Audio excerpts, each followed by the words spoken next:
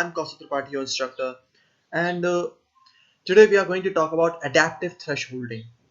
So, in the earlier video, we have covered a simple or global thresholding where we talk about we are putting some value of thresholding, and accordingly we were we were using this concept on the images. But today we are going to use adaptive thresholding. So in this kind of thresholding, there will be no fixed value to threshold. In adaptive thresholding, the value at every pixel is keeps on changing according to the kind of an image, according to the pixels, according to the requirement at that image. So there are two methods of adaptive thresholding. Basically, there are two methods, and let's get on to a spider adding and see what are those methods and how we can use them. Okay, so this was our program of simple thresholding. Okay, we have used these some methods: thresh binary inverse, trunk, 20 20 inverse, and earlier we were using some other image. Today we are going to use this Sudoku image.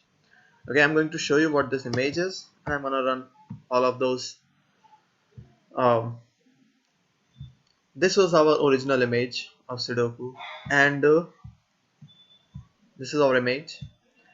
Now this is the binary thresholding of that image. You see, everything is like vanished, means it's all become black. Now why it all became black?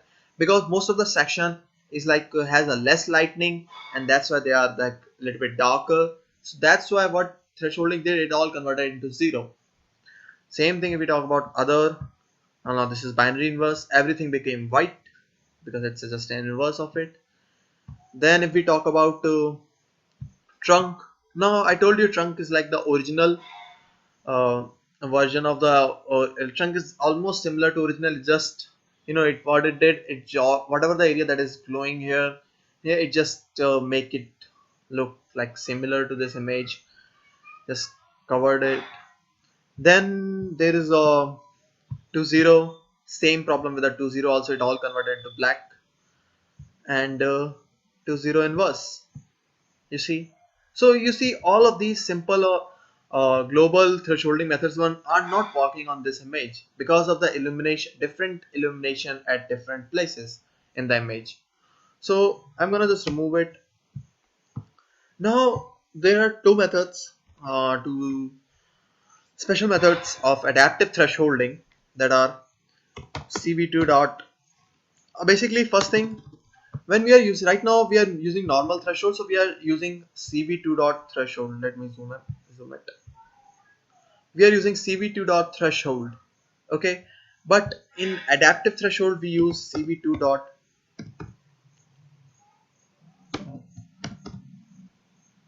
Wait a minute. Yep, adaptive threshold.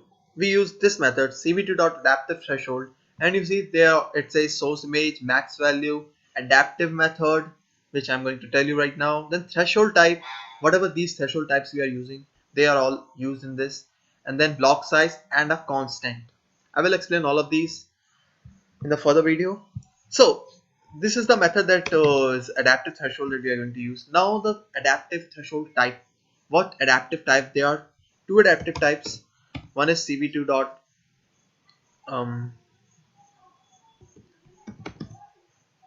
adaptive thresh mean, see, and other is CV2 dot adaptive thresh Gaussian, see.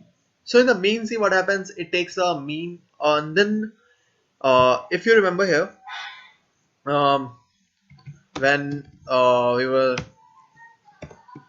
using this source like image one, then max value, which will be 255 or 225, whatever you want to give it, then adaptive method, which I have already told you these two, then threshold type.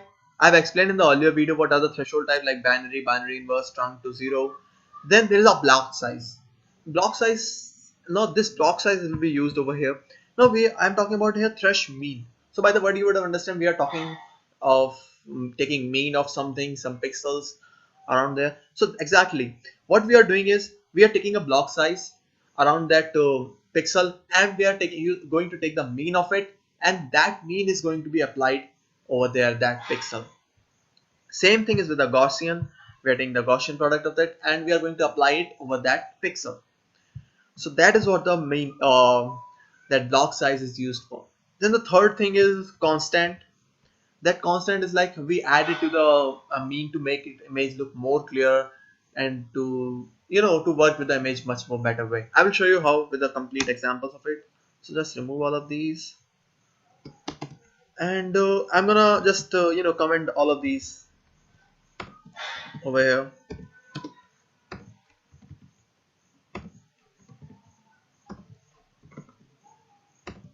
I'm gonna also comment these binary I'm showing image method. Okay, so we are only displaying the original image and the threshold adaptive threshold images that I'm going to create right now. So it will be image 7. Now you see in this, so let me show you cv2 dot adaptive threshold. It says source image, so I'm gonna give it image 1. Then it says max value, so what max value will be 255. Then adaptive method will be cv2 dot um, let's say adaptive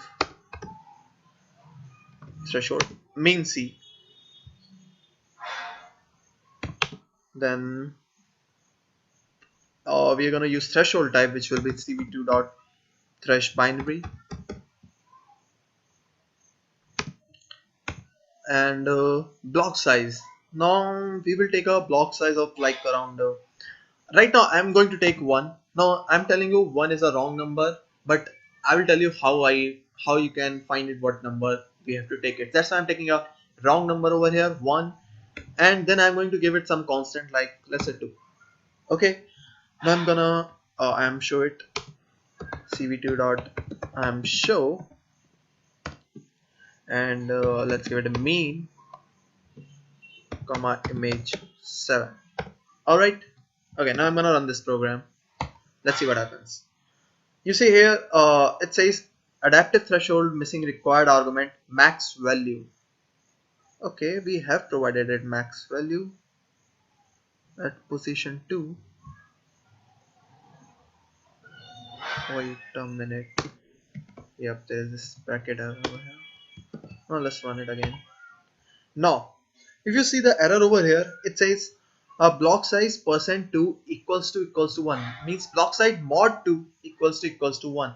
Now whatever the block size, it says whatever the block size you put over here has to be, if we divide it by 2, then its remainder should be 1.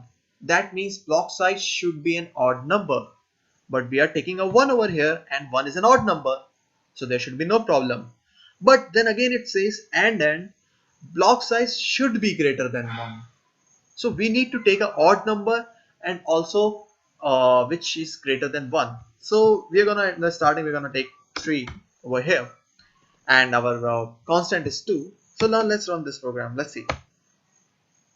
Okay, you see we got this image. This is our original image, and this is the adaptive threshold method.